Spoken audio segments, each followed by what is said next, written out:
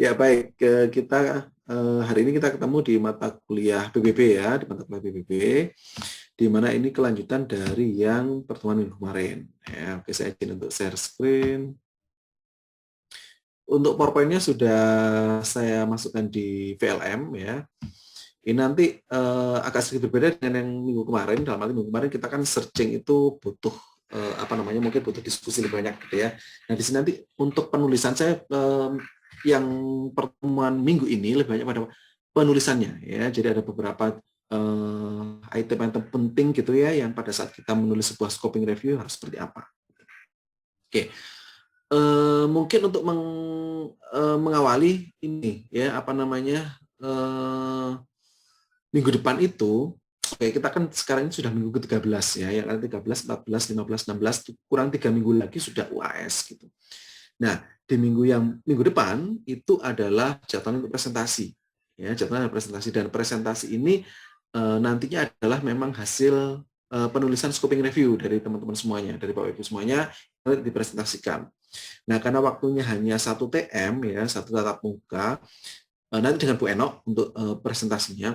Nah, itu saya sudah sepakat dengan Bu Enok kalau nanti presentasinya itu adalah volunteer ya. Jadi sukarela. Jadi siapa yang ingin maju presentasi maka bisa disilahkan di situ presentasi. Yang artinya tidak ada jadwal khusus siapa yang presentasi gitu-gitu, nggak ada ya. Cuma berdasarkan volunteer ya. Siapa yang ingin dilihat, ingin direview baik itu oleh Bu Enok maupun oleh teman-teman yang lainnya gitu ya, nanti bisa presentasi di situ minggu depan ya, seperti itu. Step apapun ya, step apapun dalam arti misalnya Pak ini saya baru selesai, misal Bu nanti besok ya minggu depan selesai hanya sampai dengan tahap misalnya let's say adalah sampai dengan seleksi, proses seleksi gitu ya, menuliskannya belum dan sebagainya, saya hanya bikin intro kemudian metodologi dan sebagainya, pembahasannya belum gitu ya, nggak ada masalah ya di step apapun ya, boleh ya. Harapannya sih kalau bisa sudah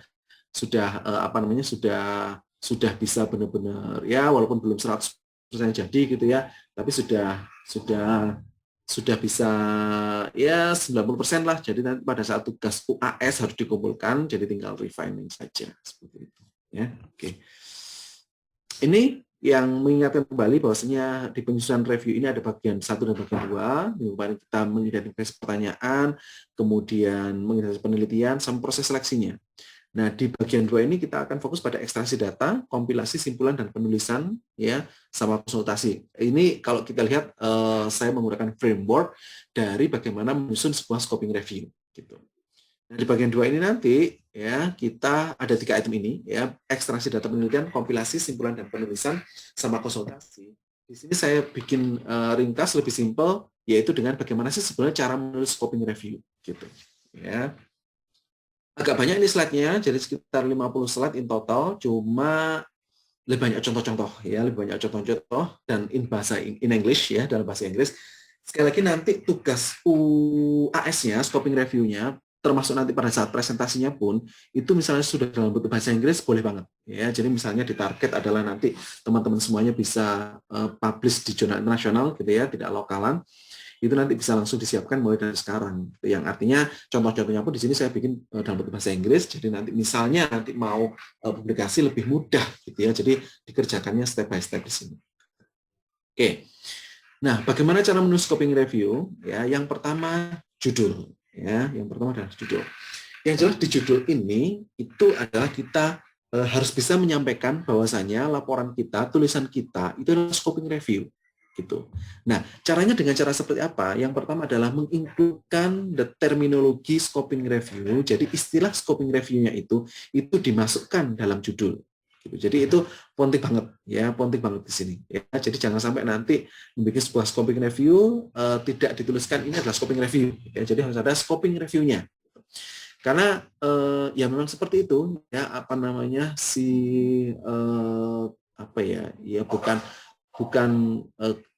bukan template ya, kalau saya bilang ya yang suggested gitu, yang disarankan. Jadi orang itu begitu membaca judulnya, oh tahu ini adalah scoping review gitu.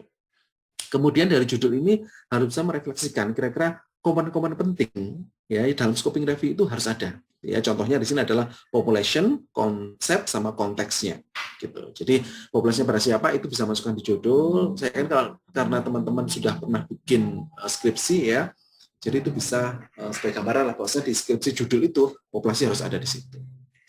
Nah, ini contoh seperti ini contohnya ya, screening a cognitive impairment in the dialysis population, scoping review gitu.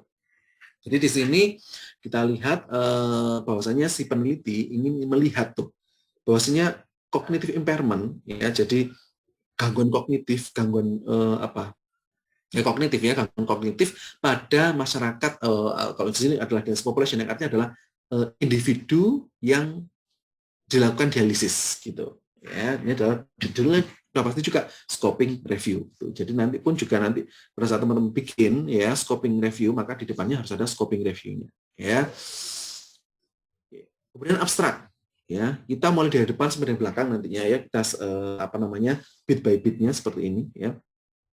Yang pertama adalah, yang kedua adalah abstrak ya. Jadi di abstrak tentunya ini adalah memberikan kesimpulan gitu ya, kesimpulan yang biasanya terdiri dari ada background, ada objektif, ada eligibility criteria, sources of evidence, charting methods, result, sama conclusion. Ini general template-nya seperti ini ya. Jadi nantinya kalau misalnya mau submit ke salah satu jurnal harus disesuaikan, sekali lagi berkali-kali saya bilang disesuaikan dengan template jurnalnya mau apa gitu. Sometimes jurnal bilang background, sometimes bilang introduction ya, sometimes ada keluar secara spesifik objektif gitu ya, sometimes tidak, di mana objektif itu bagian daripada background seperti itu. Kemudian ada di sini eligibility criteria, source of evidence, charting methods, biasanya hanya cukup dengan methods gitu aja juga bisa ya, methods, result ya, sama conclusion. Di discussion biasanya jarang muncul di abstrak ya, jadi discussion itu biasanya jarang muncul di abstrak, jadi tidak termasuk bagian dari template daripada abstrak, biasanya seperti itu. Oke, tipsnya apa ya? Yang jelas harus bikin deskripsi yang concise, yang ringkas tentunya, karena memang juga abstrak ya, dan biasanya dibatasi. Sekali lagi, batasan kata di abstrak itu melihat masing-masing template jurnal. Ada jurnal yang 250 kata, itu banyak sebetulnya ya, banyak. Untuk 250 kata abstrak itu banyak. Ada yang 200, ya, ada bahkan yang cuma 150 itu ada. Jadi kalau 150 itu sedikit banget sebetulnya, ya sedikit banget kalau 150 kata itu. Jadi harus melihat sekali lagi template yang ada di jurnal tersebut, ya biasanya masuknya adalah di information for author, ya author guidelines, ya. Nah di situ biasanya ada informasi untuk abstrak itu isinya apa saja, ya. Kemudian harus berapa kata. Termasuk sebetulnya adalah total kata secara keseluruhan dari sebuah review.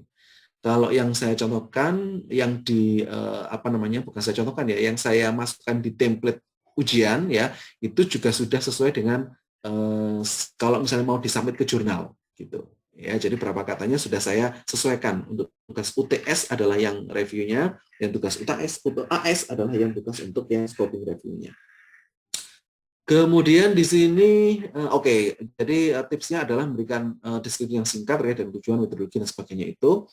Kemudian disarankan juga, tapi tidak wajib ya, tambahan informasi gitu ya terkait dengan funding atau registration jika ada. Ya, registration untuk scoping review tidak wajib. Yang wajib ada registrasinya adalah yang systematic review. Ya, jadi kalau ada saja boleh. Bapak emang bisa ya scoping review diregistrasi? Boleh saja. Ya, boleh saja, tapi mungkin tidak termasuk dalam kategori systematic review karena mungkin walaupun sudah terregistrasi mungkin critical appraisal-nya nggak ada, gitu bisa jadi. Ya, nah ini contoh ya, contoh saja ini ya. Di sini kalau kita lihat di sini ada background, ya, ada objektif, ada design, ada result sama conclusion. Jadi di sini sekali lagi background ya bisa diganti dengan introduction, sometimes ada introduction-nya. Objektif ya.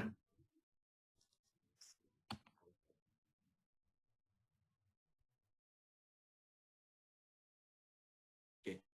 Yang objektif ini sometimes ada dimension seperti ini ya, harus ada objektifnya seperti ini. Sometimes nggak ada. Jadi begitu background langsung desain gitu. Yang artinya objektif ini bagian daripada background ya. Jadi di akhir daripada akhir kalimat daripada background ya, itu adalah tujuannya apa. Desain di sini sometimes keluar methods ya, bukan desain ya. Jadi sekali lagi tergantung daripada si jurnalnya ya. Di sini result, sometimes keluar juga result and discussion bisa juga Ya, kalau conclusion biasanya conclusion in general, ya jarang ada summary, itu jarang ya, tapi biasanya adalah conclusion.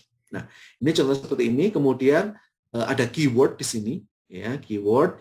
Kemudian di keyword ini itu yang memisahkan antara keyword satu dengan keyword lainnya adalah titik koma. Ya, jadi di sini adalah titik koma, bukan koma, ya, atau bahkan titik. Kalau itu salah banget ya. Jadi ini adalah titik koma di sini. Oke, di sini sekali lagi dibikin ringkas dan sesuai dengan jumlah kata yang diminta. Kemudian kita bergerak ke introduction. Ya, introduction di sini kita menjelaskan tuh, ya. Jadi alasannya apa sih, latar belakangnya apa sih kita kok membuat sebuah review, gitu, ya. In the context of what is already known, yang artinya kalau yang sekarang ini sudah ada informasi tentang apa tuh tentang topik tersebut, sehingga aku mau bikin reviewnya yang sebagai dalam tanda kutip ya tindak lanjut atau mungkin follow up-nya atau mungkin mengembangkan dari apa yang sudah ada itu, gitu. Kemudian ini beberapa tipsnya, ya. Jadi di sini disarankan adalah menyampaikan secara komprehensif ya, secara lengkap, kemudian mendiskusikan tujuannya apa, kenapa kok dilakukan review tersebut, gitu ya. Kemudian important definition juga penting di sini, jadi definisi-definisi penting ya yang terkait dengan scoping review, kemudian juga existing knowledge. Jadi saat ini informasi yang sudah ada terkait dengan hal tersebut itu ada apa. Kemudian menyampaikan secara jelas rasionalnya, alasannya kenapa sih kok dilakukan scoping review, ya, dan kenapa kok scoping review adalah yang tepat, gitu ya. Jadi metodologi yang tepat untuk menjawab pertanyaan penelitian yang sudah dibikin. Jadi pertanyaan penelitiannya sekali lagi biasanya sometimes itu bukan ini ya, bukan suatu yang spesifik gitu ya. Jadi luas banget memang ya, luas banget. Jadi tidak yang misalnya hubungan apa dengan apa, scoping review gitu ya, itu tidak, jadi lebih kepada general banget gitu ya, jadi lebih luas gitu ya, lebih luas. Ini contoh daripada bagian gitu ya, jadi sebagian daripada introduction. Jadi di sini kalau kita lihat di sini ya, ini adalah judulnya ya adalah parent action, challenges, and needs while enabling participation of children with a physical disability, a scoping review. Jadi ini terkait dengan scoping review, terkait dengan kegiatan orang tua, tantangannya sebagai orang tua, dan kebutuhan orang tua ketika dia punya anak dengan keterbatasan fisik, ya, disabilitas fisik. Gitu. Nah, di sini diceritakan tuh kenapa sih kok itu penting untuk diteliti dan sebagainya, gitu dimunculkan di sini. Ya, jadi di sini dikatakan orang tua ya secara umum itu ikut berpartisipasi pada kegiatan di sekolah, kegiatan di rumah, dan juga kegiatan di masyarakat, di mana dia punya peran yang penting tuh orang tua dalam kegiatan anak, partisipasi anak dalam kegiatan sehari-hari. Nah, dengan memahami apa yang dilakukan oleh pasien, apa yang dilakukan oleh orang tua, tantangannya apa dan kebutuhannya apa, itu akan berkontribusi terhadap society ya, kepada masyarakat, di mana dapat mensupport orang tua ini ya, sehingga dapat meningkatkan aktivitas partisipasinya kepada anak, bagi anak yang punya disability secara fisik. Gitu. Ya, itu deh pokoknya seperti itu ya. Jadi terus di sini dikatakan, however it is unclear. Jadi nggak jelas nih masih informasi yang tersedia terkait dengan literatur, apa yang dilakukan orang tua, apa masalahnya, kemudian apa kebutuhannya, itu masih belum jelas, gitu ya. Jadi informasi yang tersedia masih belum jelas. Nah, ini yang menjadikan latar belakang kenapa kok pentingnya dilakukan scoping review. Jadi for this reason, dan dengan alasan ini, karena masih belum jelas informasinya, masih belum banyak dan sebagainya terkait dengan informasi apa yang dilakukan orang tua ya, dengan terkait dengan masalah-masalah itu. Nah, makanya perlu dilakukan scoping review seperti itu. Kemudian berikutnya objektif. Sekali objektif ini sometimes bagian daripada background ya. Di sini menyampaikan secara jelas ya, statement secara jelas ya, terkait dengan pertanyaan dan juga tujuannya. Apa sih sebenarnya ingin dicapai dari review tersebut ya. Jadi di sini ada beberapa hal yang mungkin penting juga dimunculkan dalam sebuah objektif, misalnya kayak populasi atau partisipannya, jadi kepada siapa gitu, kemudian konsep atau konteks ya, dan beberapa elemen yang terkait dengan tujuan yang ingin dicapai. Nah, ini sesuai dengan objektif ini sesuai dengan pertanyaan penelitian ya. Pertanyaan penelitian apa? Nah, itu bisa direfleksikan dari tujuannya. Dan bisa menggunakan ya beberapa model atau template, bisa PICO ya, population intervention comparator atau outcome-nya, bisa SPICE juga ya, yang sudah kita bahas dulu pertama kali kita ketemu terkait dengan review ya. Itu ada ini ya, SPICE ya, atau mungkin PICO, atau juga PCC ya. PCC bisa juga jadi population, konsep sama konteks, bisa ya. Jadi tidak mengikat gitu ya, tapi bisa menggunakan mnemonic atau guidelines dengan menggunakan PICO, SPICE atau PCC seperti itu. Bisa dipilih salah satu ya, bisa dipilih salah satu. Nah, ini contohnya ya. Jadi scoping review ya, jadi ini sekali potongan gitu ya, potongan dari latar belakang bisa ya. Jadi di sini disampaikan bahwasanya scoping review ini dilakukan ya untuk apa ini ya, mapping secara sistematis ya, karena memang sekali lagi scoping review kan mapping review ya. Kemarin kita sudah sepakat bahwasanya bisa juga disebut dengan mapping review. Jadi ada pemetaan. Pemetaan apa yang dipetakan? Informasi. Informasi apa? Ya sesuai dengan topik yang kita mau. Gitu. Jadi lebih pada peta, lebih pada gambaran gitu ya terkait dengan apa topik yang kita pengen kaji lebih lanjut. Secara sistematis. Yang artinya secara sistematis itu berbeda dengan literatur review yang tradisional. Dimana kalau yang tradisional itu tidak sistematis, ya tidak sistematis. Jadi kalau yang kemarin membuat sebuah literatur review yang sistematis agak aneh sebetulnya, ya ada metodologi dan sebagainya, ya. Jangan-jangan itu adalah tugas mata kuliah yang lainnya. Udah sapin aja buat Pak Suryanto, gitu bisa jadi, ya. Oke, baik. Kemudian, jadi di sini disampaikan tujuannya adalah mapping secara sistematis terkait dengan penelitian-penelitian yang sudah dilakukan, ya, terkait dengan topik yang sudah ada, topik yang dimau, gitu ya. Kemudian tujuannya apa? Jadi what is known from the literature review about parent action data ini. Ya, jadi ini bisa digunakan ya. Contoh saja ya, tidak harus persis seperti ini ya. Contohnya apa yang jadi pertanyaan ini ya. Kita bergerak ke metode ya. Nanti di akhir kita bisa diskusi ya, jadi apa yang sudah dibikin oleh teman-teman seperti apa, misalnya nanti sebelum presentasi sudah bikin dan sebagainya gitu, terus diminta direview dan sebagainya, boleh banget ya, boleh banget. Oke, di methods ya, di metode banyak sebetulnya item yang bisa dimasukkan di metodologi ya. Jadi ada protokol sama registration, ada kriteria eligibilitas, ada terkait dengan sumber informasi, pencariannya, selection of sources evidence, ya, data charting, data items, critical appraisal, sama sintesis. Ya, jadi ada banyak item yang bisa kita sampaikan di metodologi. Ya, kita lihat satu persatu, mulai dari protokol sampai dengan nanti sintesisnya seperti apa. Oke. Protokol sama registrasi. Ya, jadi kita harus menyampaikan tuh kita pakai menggunakan protokol yang mana, gitu. Jadi di sini dikatakan sekali lagi yang sering memang adalah Prisma ya, sekali lagi sering adalah Prisma ya. Jadi di sini apakah di sini protokolnya itu bisa diakses, misalnya websitenya seperti apa. Tapi kalau Prisma saya pikir hampir semua orang nggak tahu gitu ya, hampir semua orang tahu bagaimana membuat sebuah review dengan menggunakan protokol dari Prisma. Kemudian dan jika ada ya, if available adalah menyampaikan registrasi information-nya. Jadi sekali lagi scoping review tidak wajib ya, tidak wajib membuat sebuah tidak wajib ada registrasinya. Tapi jika ada boleh ya, jika ada boleh. Dan di sini kita harus cantumkan nomor registrasinya berapa. Itu penting juga biasanya dalam sebuah penelitian, misalnya bukan scoping review ya, itu adalah lay ethic ya, lay ethic jika pada penelitian-penelitian berkaitan atau berhubungan atau mengambil sampelnya adalah di manusia atau hewan, itu biasanya harus ada etiknya, udah pasti harus ada etiknya. Dan itu biasanya dari pihak jurnal itu minta nomornya berapa, kamu harus mencantumkan tuh, gitu. Termasuk juga di sini. Pada saat nanti teman-teman bikin sebuah scoping review yang diregistrasikan, maka ditulis nomor registrasi berapa. Systematic review wajib ada registrasinya dan dituliskan juga nomor berapa registrasinya. Gitu. Jadi orang itu bisa ngecek dan sebagainya. Gitu.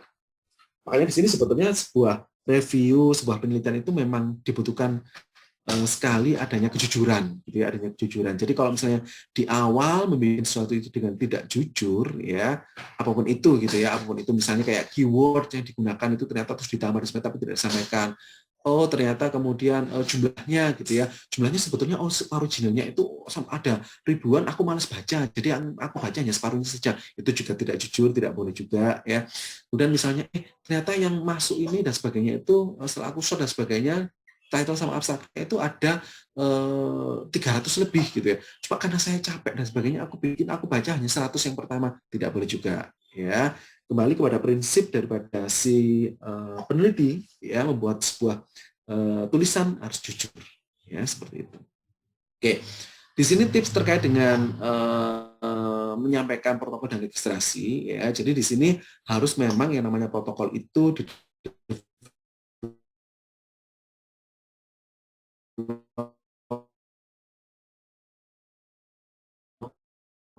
priori ya. Jadi tapi setidaknya protokol sudah ditetapkan gitu ya, menggunakan apa, itu sudah ditetapkan dari awal. Misalnya nanti kriteria inklusi dan inklusi berubah dan sebagainya, boleh tidak apa-apa. Tapi sudah menggunakan aku pakai Prisma seperti itu. Ya, Pak, pakai yang lain boleh nggak? Boleh saja. Ya, cuma sekali lagi yang paling sering digunakan adalah yang Prisma. Kemudian provide explicit details on how to access the protocol. Ya, jadi seperti yang tadi. Jadi kalau misalnya Prisma hampir semuanya tahu gitu ya. Jadi kalau misalnya itu adalah teman-teman menggunakan protokol yang tidak lazim gitu ya, maka harus disampaikan protokol tersebut didapatkan dari mana websitenya ya, itu dimunculkan. Kalau misalnya tidak bisa tidak terpublikasi gitu ya, protokolnya tidak terpublikasi, disampaikan juga ya. Jadi apa namanya, harus jelas ya, seperti itu. Kemudian cite the original review and performing an update for an existing review. Jadi di sini apa namanya, kalau misalnya karena sebetulnya bikin scoping review itu bisa juga sebuah update gitu ya, sebuah update dari scoping review yang sebelumnya. Gitu. Jadi misalnya nih, oh ternyata kalau misalnya yang sebelumnya itu scoping review itu tentang ini dan sebagainya, dari tahun ini yang terbitnya, dan dia isinya adalah ini. Nah, aku ingin mengembangkan nih di scoping review yang sekarang itu dengan seperti ini pengembangannya. Nah, itu bisa disampaikan juga. Ya, itu. Nah, ini contohnya seperti ini. Ya, contohnya seperti ini. Jadi apa namanya, disampaikan tuh ya, disampaikan bahwasanya our protocol was developed using the Prisma ya. Jadi di sini menggunakan Prisma tuh. Jadi Prisma kan kemarin sudah ada ya, preferred reporting item for systematic review and meta-analysis protocol. Jadi Prisma P ya, which was revised, jadi direvisi oleh tim penelitian dan anggota daripada Health Canada dan didiseminasi melalui ini dan sebagainya. Kemudian juga final protokol ya diregistrasi ya di Open Science Framework dengan apa namanya ininya ini ya, dengan apa namanya websitenya ini gitu, seperti itu. Jadi itu bisa menggambarkan tuh bahwasanya protokol sama registrasinya ini sudah terregistrasi juga, walaupun ini adalah apa namanya scoping review gitu ya.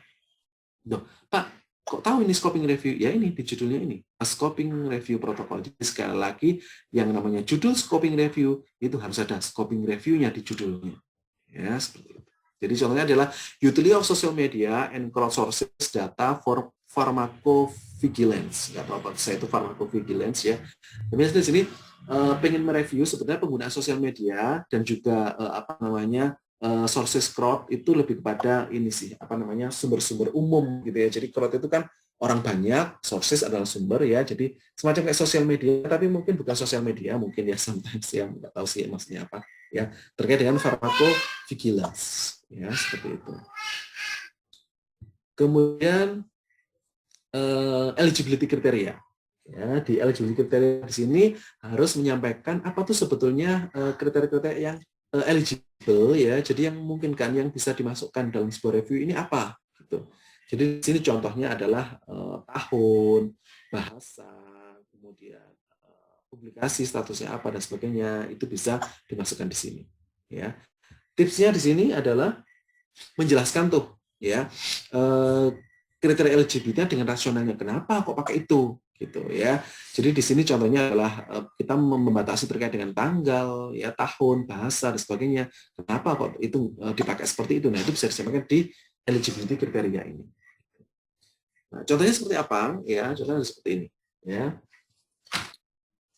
Ini sekali lagi banyak saya memberikan contoh-contoh seperti ini ya, yang mungkin bisa digunakan juga sebagai apa ya, sebagai pedoman, acuan gitu ya. Yang mungkin sekali lagi jangan ini ya, jangan sama persis ya dengan ini ya, karena nanti kalau sama persis bisa terdeteksi plagiat. Jadi pada saat mau dipublikasi, wah saya bikinlah seperti yang dicontohkan Pak Suryanto gitu ya misalnya ya, udah bikin dan sebagainya, ternyata plek gitu ya, wes copy aja tinggal diganti aja apa namanya isinya terkait dengan topik yang aku mau gitu ya. Harus berhati-hati ya, karena nanti ada cek plagiasi, jadi kalau plagiasi udah pasti nggak bisa gitu ya, seperti ini contohnya ya. Jadi to be included in the review ya, papers need to measure or focus on specific dimension of treatment burden developed in the conceptual framework. Jadi di sini kalau kita lihat judulnya sih di sini adalah measuring the burden of treatment for chronic disease. Ya, jadi di sini adalah mengukur burden of treatment. Jadi tata laksana burden itu apa ya, beban gitu ya, beban pada penyakit-penyakit kronis ya, dengan di sini titik 2 implication of scoping review of the literature. Jadi implikasi dari sebuah scoping review. Nah, ini kita batasi tuh eligibility kriterianya bahwasanya oh ini ngomongin terkait dengan treatment burden ya, terkait dengan finansial kah, medication kah, administrasi, lifestyle, gaya hidup, healthcare, atau time and travel. Yang dimasukkan apa? Oh, aku maunya adalah yang jurnal yang peer review.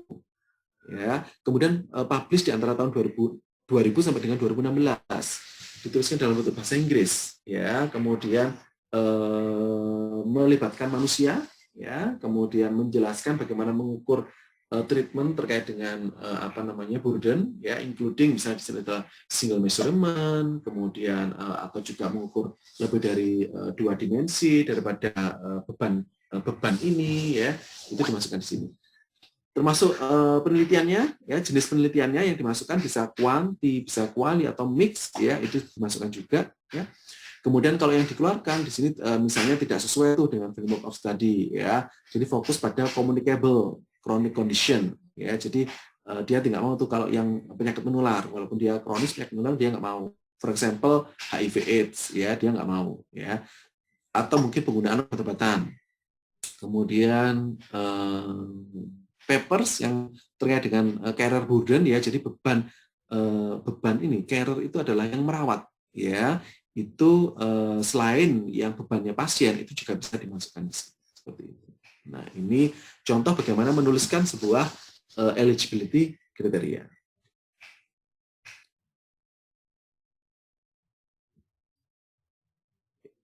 Berikutnya ada information sources. Ya, jadi sumber informasinya, gitu ya. Jadi di sini menjelaskan semua sumber informasi yang digunakan untuk review. Ya, jadi di sana misalnya adalah database yang digunakan, ya, kemudian tanggalnya, kemudian apapun lah pokoknya. Termasuk di sini adalah sumber yang ditambahkan, gitu, yang artinya tidak menggunakan database harus muncul juga di sini. Ya. Di sini disarankan ya ensure comprehensive literature search is done, ya. Jadi di sini apa namanya memastikan bahwasanya ini memang sudah melakukan semua searchingnya ya secara komprehensif. Di sini dikatakan ya itu dengan memang seperti yang memang seharusnya gitu. Jadi kalau misalnya memang di database itu ada sekian ratus, ya itu harus dicekin satu-satu semuanya gitu ya.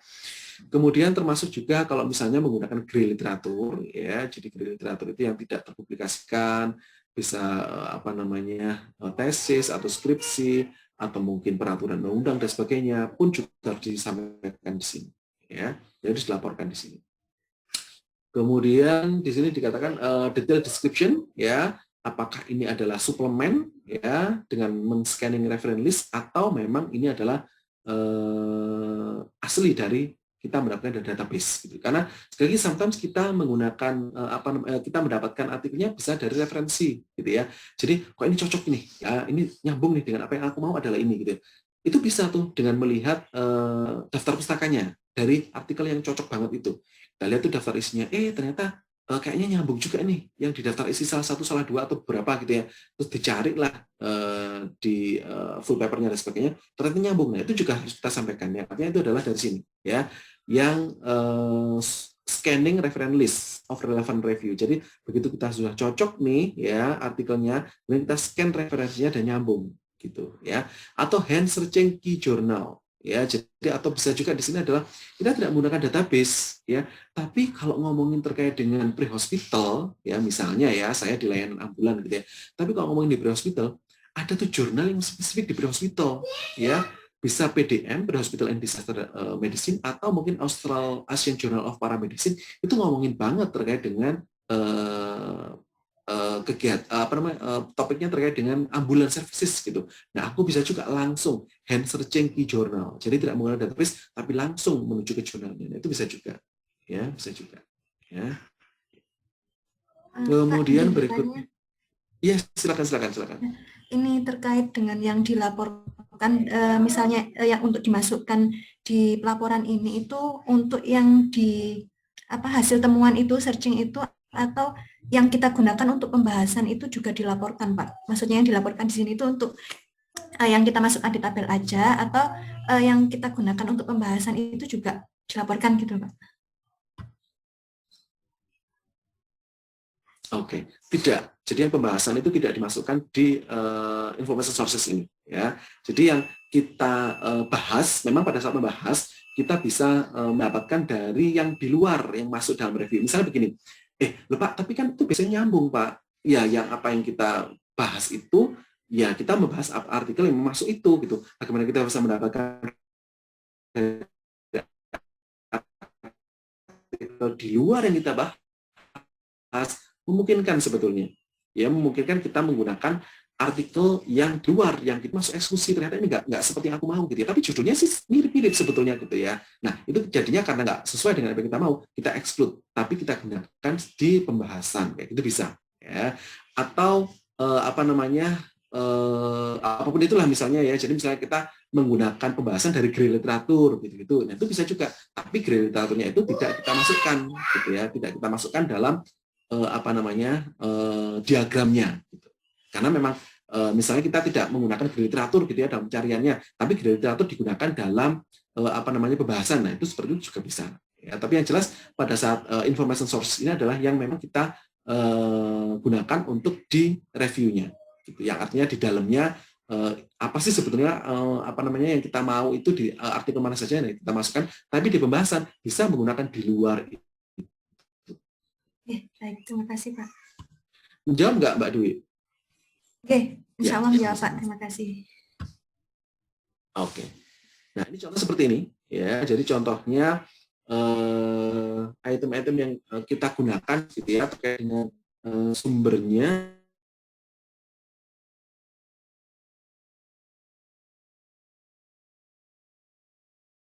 Jadi untuk mengidentifikasi yang cocok gitu ya, itu kita menggunakan nih database ya, mulai dari 2004 sampai dengan 2015, dari database-nya adalah Medline, Embase, LexisNexis Academic, Legal Scholarship Network, Justice, dan sebagainya gitu ya. Nah, ini kalau saya membacanya ya, itu ada banyak yang tidak familiar gitu bagi saya, ya tidak familiar bagi saya. Mungkin karena kita familiarnya adalah di bidang kesehatan, gitu ya. Tapi karena ini judulnya adalah terkait dengan malpractice policy, gitu ya, yang artinya adalah terkait dengan hukum dan sebagainya. Mungkin dia menggunakan banyak database yang hukum. Gitu ya. Jadi di sini ada justice, ada legal track dan sebagainya gitu. Dan kalau misalnya nanti teman-teman juga mau mengidentifikasi dari jurnal-jurnal lokal gitu ya, dari database lokal, misalnya kayak portal Garuda atau apapun itu yang bukan versi yang dikelola, diorganize oleh Indonesia sendiri gitu ya, oleh Kementerian Pendidikan dan Kebudayaan gitu ya. Nah, itu bisa juga. Ya, bisa juga kalau misalnya mau menggunakan itu. Kemudian di sini dikatakan bahwasanya search strategi itu di draft atau di planning oleh experienced librarian ya. Jadi nggak tahu kenapa kok librarian ini dilibatkan, saya nggak tahu juga. Tapi disampaikan tuh siapa sih yang ngedraft untuk strategi pencariannya gitu ya. Kemudian file tambahan ketiga ya. Jadi memang biasanya untuk search strategi itu bisa juga dimunculkannya adalah di lampiran ya, di lampiran. Jadi tidak masuk di dalamnya artikelnya, tapi dimasukkan di lampiran, bisa juga gitu ya. Kemudian finalnya diekspor ke EndNote ya, kalau misalnya menggunakan EndNote, kalau misalnya menggunakan Mendeley juga bisa dengan Mendeley ya.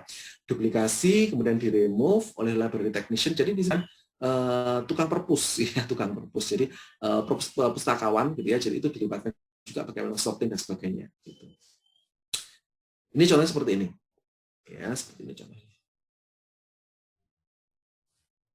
Kemudian di searching-nya ya, di searching-nya di sini menyampaikan tuh full electronic search strateginya ya, sebuah database ya, including any limit use ya, dan apakah ini bisa diulang atau tidak gitu. Jadi di sini tipsnya adalah di sini sekali lagi yang namanya metodologi terutama dalam pencarian itu harus disampaikan secara detail bahwasanya begitu orang itu baca maka bisa melakukan seperti yang kita lakukan ya. Jadi replikasinya bisa, itu common rules dalam sebuah metodologi penelitian.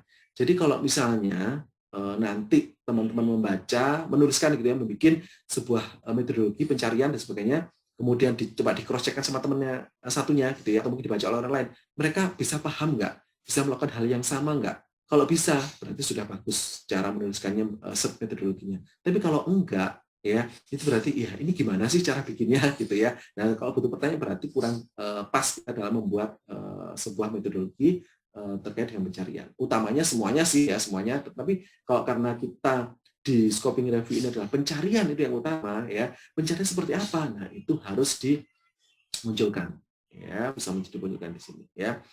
Jadi di sini sekali lagi adalah jumlahnya berapa tuh, database yang digunakan apa saja, kemudian literatur dan sebagainya. Sometimes laporannya hampir sama dengan yang sebelumnya. Ya, nah ini yang bisa ditambahkan tadi. Ya, tadi strateginya seperti ini. Ya, jadi di sini itu karena dia apa namanya obstetri ya, kasus obstetri medical malpraktis tadi dia bilang ya, malpraktis pada kasus obstetri gitu ya. Nah, itu udah banyak banget yang keyword yang dia gunakan dan sebagainya ya. Jadi di sini sampai dengan 38 item bagaimana dia itu strateginya. Ya, jadi semacam kayak itu tadi ya, saya juga sampai juga nggak ngerti maksudnya ya, nggak ngerti maksudnya. Dalam arti begini, kayak nomor yang 26, 27 itu ya, yang or 23, 25, 22 sampai dengan 26 dan sebagainya. Nah, itu bisa jadi ya itu yang semacam kayak kita kemarin apa namanya searching itu ya. Jadi searchingnya itu sampai berkali-kali lipat seperti ini ya. Jadi ada banyak sekali. Jadi di sini dia menggunakan or ya, itu baru di 22 ya. Dia menggunakan or ya, itu 1 sampai dengan 21 gitu ya. Jadi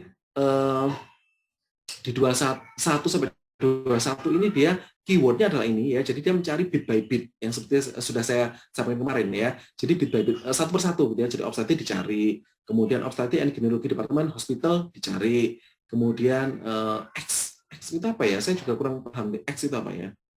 Experience atau tahu juga ya, itu agak aneh gitu ya bahasanya EXP gitu ya. Nah seperti pokoknya dia mencari lah ya, mencari sampai dengan 21 baru kemudian orangnya dibikin di pencarian ke 22 ya, seperti itu. Termasuk yang sampai dengan 38 dengan di limit dan sebagainya gitu-gitu, baik itu bahasa maupun yang di apa namanya tahun gitu seperti itu. Nah ini disampaikan gitu, tapi ini di additional file ya, artinya di lampiran gitu ya, ada informasi ini gitu.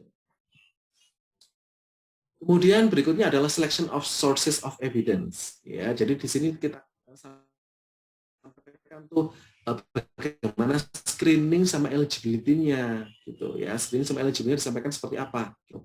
Nah, ini bisa dengan naratif ya, jadi dideskripsikan secara naratif bagaimana tuh proses pencariannya ya. Di sini termasuk misalnya kita menggunakan tuh apa namanya standardized ya, di sini kan ada standardized selection evidence sources ya. Jadi di sini sekarang apakah menggunakan form atau mungkin menggunakan software nih untuk men-screening dan sebagainya. Misalnya tadi untuk duplikasi saya menggunakan Mendeley ya, disampaikan menggunakan Mendeley atau pakai EndNote dan sebagainya, disampaikan di sini ya. Kemudian di sini dikatakan apa namanya berapa orang nih yang melakukan apa namanya kalibrasi ya. Jadi misalnya kayak satu artikel itu dinilai oleh berapa orang gitu. Makanya sometimes juga di beberapa template jurnal itu juga harus menyebutkan begitu ada lebih dari satu autor, maka diminta masing-masing orang peranannya ngapain gitu ya. Itu bisa dituliskan di sini juga Ya, bisa dituliskan di sini. Kemudian menjelaskan ya full screening prosesnya ya. Jadi yang mereview berapa orang ya, yang sama ini ya, number of reviewer berapa orang. Kemudian duplikasi screeningnya berapa, dilakukan dengan cara apa untuk menduplikasinya, verifikasinya bagaimana dan sebagainya ya. Jadi itu perlu disampaikan di sini. Ya, contohnya seperti apa? Ini. Untuk meninggalkan konsistensi among reviewers, ya, semua reviewer itu men-screening semua 50 publikasi. Jadi begitu, misalnya nanti ketemu ada 50 yang dari abstrak sama judulnya gitu ya. Dari abstrak sama judulnya ini nyambung sesuai dengan apa yang aku mau ya, ada 50 artikel. Nah, di sini 50 artikel ini semuanya di-screening oleh semua reviewer ya. Jadi di sini memang sebetulnya apalagi kalau misalnya systematic review gitu ya. Kalau yang scoping review hanya satu sih sebenarnya bisa ya. Cuma kalau mau lebih yakin gitu ya untuk meningkatkan kualitasnya dengan kita melibatkan pembimbing misalnya, gitu bisa juga ya. Cuma karena untuk tugas ini hanya oleh peneliti saja, oleh mahasiswa saja, itu bisa ya. Kemudian di sini semua reviewer itu men-screening semua publikasi full text-nya 50 itu, kemudian mendiskusikan hasilnya, jadi artinya hasil review. Jadi hasil review dari paper 1 sampai 150 itu masuk apa enggak? Ada informasi yang kita mau apa enggak? Gitu-gitu. Itu didiskusikan dan kemudian amend the screening ya. Di sini dikatakan adalah perubahan, screeningnya diganti dan sebagainya. Bisa juga ya data ekstraksi manual before beginning screening for beginning review. Jadi seperti disampaikan ya prosesnya bagaimana sih memilihnya daripada artikel-artikel tersebut untuk dimasukkan dalam sebuah review. Di sini dikatakan 9 reviewers, jadi ada 9 reviewer, banyak banget ya. Working in pairs, ya, jadi bekerja secara berpasangan, gitu ya, berpasangan mengevaluasi judulnya, abstraknya, kemudian full text-nya dari semua publikasi database ya yang mungkin nyambung dengan apa yang dimau. Gitu. Kemudian setelah titik-titik itu berarti ada tambahan informasi lainnya dan sebagainya. Kemudian mereka menuliskan we resolve disagreement ya. Jadi kita menyelesaikan ketidaksepahaman gitu ya. Jadi misalnya ada dari 9 itu walaupun berpasangan agak aneh ya, 9 berpasangan, ada yang tidak berpasangan berarti ya. Nah, itu mestinya ada yang tidak sesuai gitu ya pendapatnya dalam arti itu ini nyambung ini, oh iya nyambung. Ternyata ada yang nyambung ada yang tidak gitu ya. Mestinya itu ada yang dimasukkan dan tidak. Nah, begitu ada ketidakcocokan itu, mereka seperti apa nih? Konsensus dan discussion with other reviewers if needed. Ya, jadi bisa tetap ada butuh proses konsensus, kesepakatan, kesepakatan ya melalui diskusi dengan reviewer lainnya. Gitu. Kemudian berikutnya adalah data charting. Ya, data charting di sini menjelaskan bagaimana proses data charting ya dari artikel-artikel yang bisa dimasukkan yang masuk dalam review itu ada data chartingnya ya. Jadi di sini dikatakan contohnya adalah kalibrasi form atau form yang digunakan untuk mengevaluasi ya sebelum tim itu menggunakannya gitu ya, atau mungkin di sini dikatakan apakah form tersebut dilakukan atau diisi sendiri-sendiri ya atau bagaimana dan sebagainya gitu ya. Jadi di sini data charting itu mungkin bisa dilihat contohnya di sini ya, lebih detailnya seperti apa ya. Jadi ini ya. Jadi data charting form was jointly developed by two reviewer. Jadi di sini ada data chartingnya itu disusun oleh dua orang untuk mengekstraksi dari variabel-variabel yang ingin diteliti ya, yang menjadi topik pertanyaan penelitian atau topik yang ingin direview gitu ya. Kemudian two reviewer independently chart the data ya, discuss the result and continue updated data charting from an interactive process. Ya, jadi di sini dikatakan intinya sih lebih kepada dua orang ya, itu nanti begitu ada datanya sudah masuk dan sebagainya, kemudian mendiskusikan kira-kira hasilnya seperti apa ya dari artikel-artikel tersebut untuk dibikin sebuah review. Ini karena masih belum menuliskan hasil ya, ini masih metodologi. Kemudian data item. Data item di sini adalah kita mengelis ya sama define all variables ya. Jadi di sini kita menyampaikan tuh sebetulnya variabel-variabel apa nih yang didapatkan dari artikel-artikel yang kita dapatkan gitu. Nah, di sini dikatakan bahwasanya note that data item will vary from its review and can include a combination of quali, quanti, ya, tergantung dari sumbernya seperti apa. Jadi bermacam-macam nanti data yang didapatkan. Ya, jadi semuanya ini adalah dituliskan, ya, termasuk interpretasinya seperti apa, ya. Kemudian begitu ada final versionnya, ya, itu bisa kalau misalnya memang terlalu banyak sometimes, ya, terlalu banyak datanya yang mau dilaporkan, itu bisa masukkan dalam appendix, ya, lampiran, ya, atau suplemen dan sebagainya, gitu, ya. Itu bisa, ya, tergantung seberapa banyak. Kalau misalnya hanya sedikit, biasanya sih langsung dimasukkan dalam sebuah apa namanya, artikel. Ya. Nah, contoh penulisan seperti ini, ya. We abstract data on article karakteristik, ya. Ini terkait dengan apa nih judulnya? Engaging policymakers, health system manager, and policy analysis in knowledge of synthesis process. Ya, agak berat ini terkait dengan manajemen di sini, ya.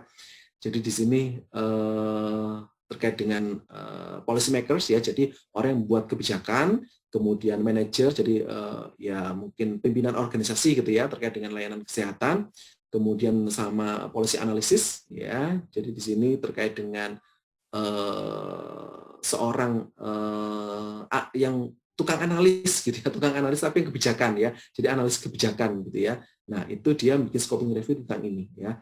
Agak diawang-awang sih kalau kita orang-orang gadar gitu, ya, agak susah memahaminya. Oke, tapi di sini dituliskan seperti ini, ya. We abstract data on article karakteristik, ya. Jadi di sini dia itu datanya itu dikategorikan sesuai dengan misalnya di sini adalah country of origin, ya. Jadi negara mana gitu, ya. Kemudian karakteristik and contextual faktornya, ya. Jadi faktor-faktornya apa tuh yang berkaitan dengan topik yang dibahas. Misalnya type of knowledge, ya. Jadi di sini tingkat pengetahuannya, country income level, ya. Jadi pendapatan negaranya seperti apa, tipe engagement activity-nya, frekuensi dan sebagainya. I mean, jelas di sini sesuaikan, ya, dengan topiknya, ya. Kemudian barrier, hambatan, ya, seperti apa, result-nya seperti apa dan sebagainya. Termasuk di sini adalah formal assessment engagement, ya. Jadi mungkin di sini yang dinilai adalah attitude, ya, sikapnya, kepercayaannya, pengetahuan, manfaat dan sebagainya itu dituliskan seperti ini, ya. Jadi di sini menyampaikan sebetulnya item-item apa yang didapatkan gitu, ya, didapatkan dari review itu apa gitu, ya.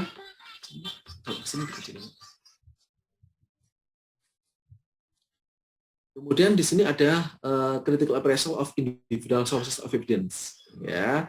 Jadi di sini kalau misalnya dilakukan, ya, if done, ya. Jadi namanya critical appraisal itu tidak wajib di scoping review, ya. Jadi di sana jika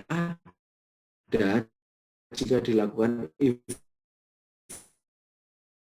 done, ya, bagaimana tuh melakukan apa namanya critical appraisal-nya, ya, sumbernya dari dunia seperti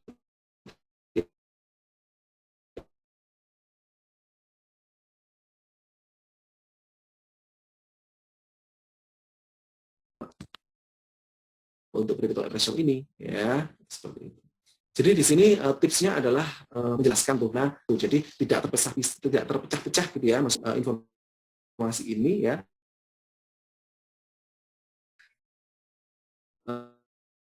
baik itu yang misalnya critical appraisal-nya atau tadi yang, nah, ini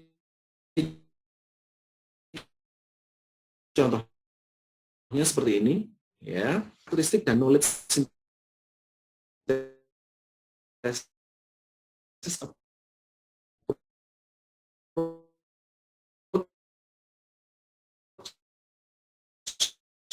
ya, aduh berat banget, ya, 456 network meta analisisnya saya, karena ini saya bapak, di sini ada yang chat, suaranya putus-putus, ya.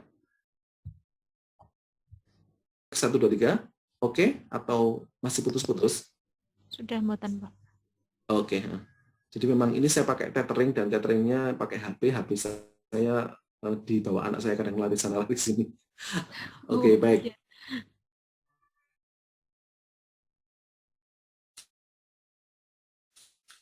Iya. WiFi di rumah nggak ini error, nggak bisa nyambung Putus-putus tadi. lagi. Putus-putus, Pak, maaf. Putus-putus lagi barusan, Pak. Biasa kalau jam setengah 9, jam 9. Contohnya ya, contohnya. Oke, baik. Oke, sebentar.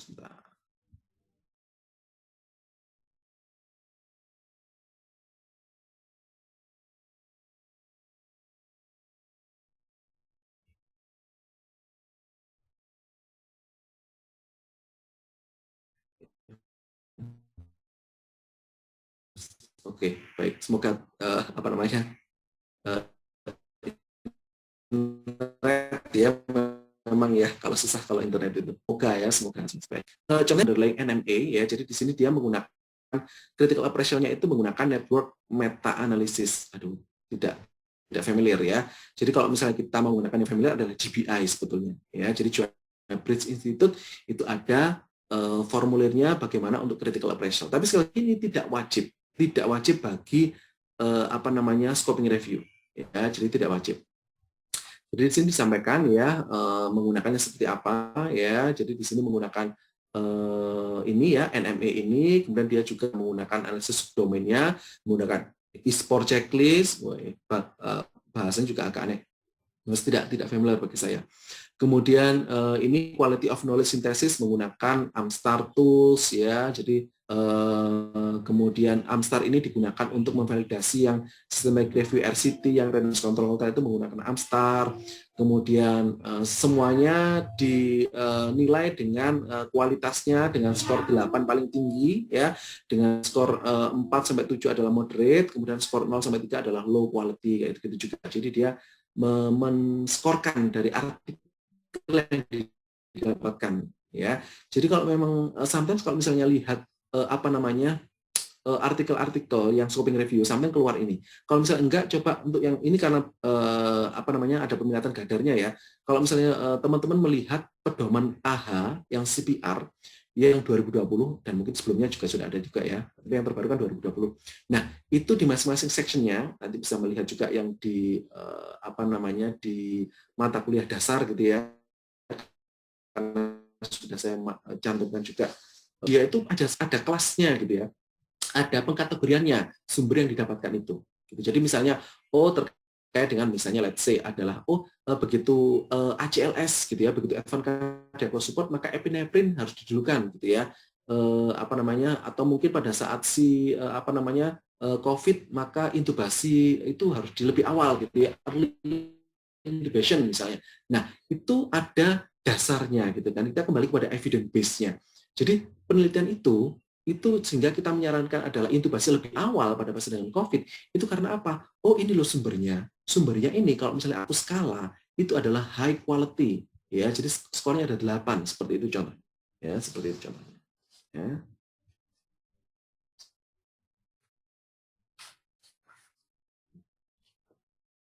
Sebentar ya, sebentar. Ya. Interupsi sebentar. Interupsi.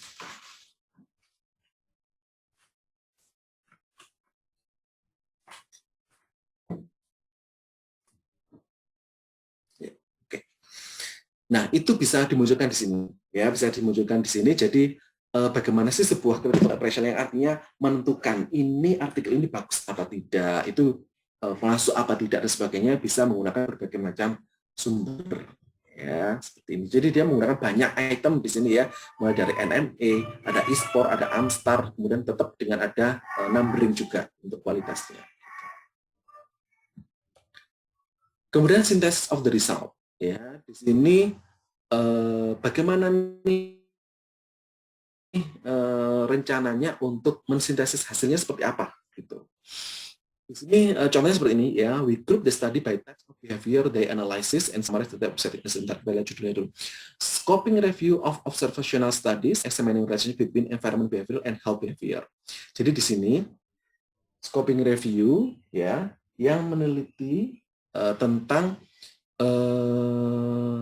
hubungan antara behavior environmental ya, jadi antara perilaku kemudian lingkungan dengan perilaku kesehatan gitu ya. Nggak tahu nih environment behavior yang dimaksud apa ya, tapi lebih kepada lingkungan dan perilaku kesehatan kayaknya begitu ya. Jadi scoping review tentang itu.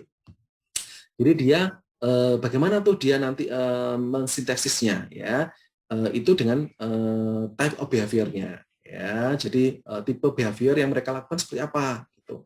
Kemudian juga summarize dengan setting tempatnya seperti apa, populasinya ya, kemudian study desainnya gitu. Jadi di sini lebih kepada nanti aku pengen menjelaskan seperti apa gitu ya. Seperti yang sudah kita sampaikan, saya sampaikan ya, di awal banget kita membahas terkait dengan review. Bagaimana kita membahas review itu banyak. Ya, kita banyak. Jadi bisa berdasarkan dari tipe penelitiannya, bisa juga dari negara bisa jadi gitu, atau mungkin dari hasilnya sesuai dengan tema-tema dan sebagainya gitu. Nah, itu bisa. Ya, itu kita sampaikan di sini gitu.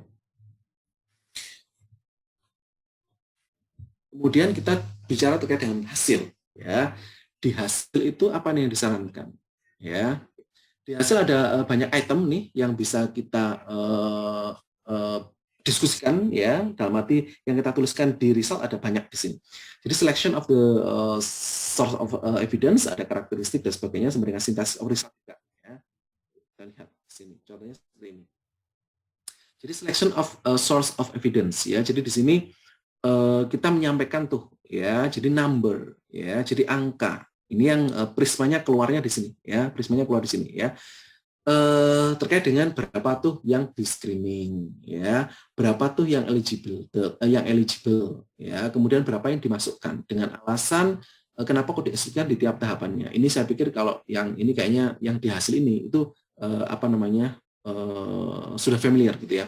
Jadi kalau selama ini mungkin bingung ya, data chart yang dari Prisma itu masuk di mana ya? Itu masuk di metodologikah atau dimasuk di hasil? Jawabannya adalah di hasil.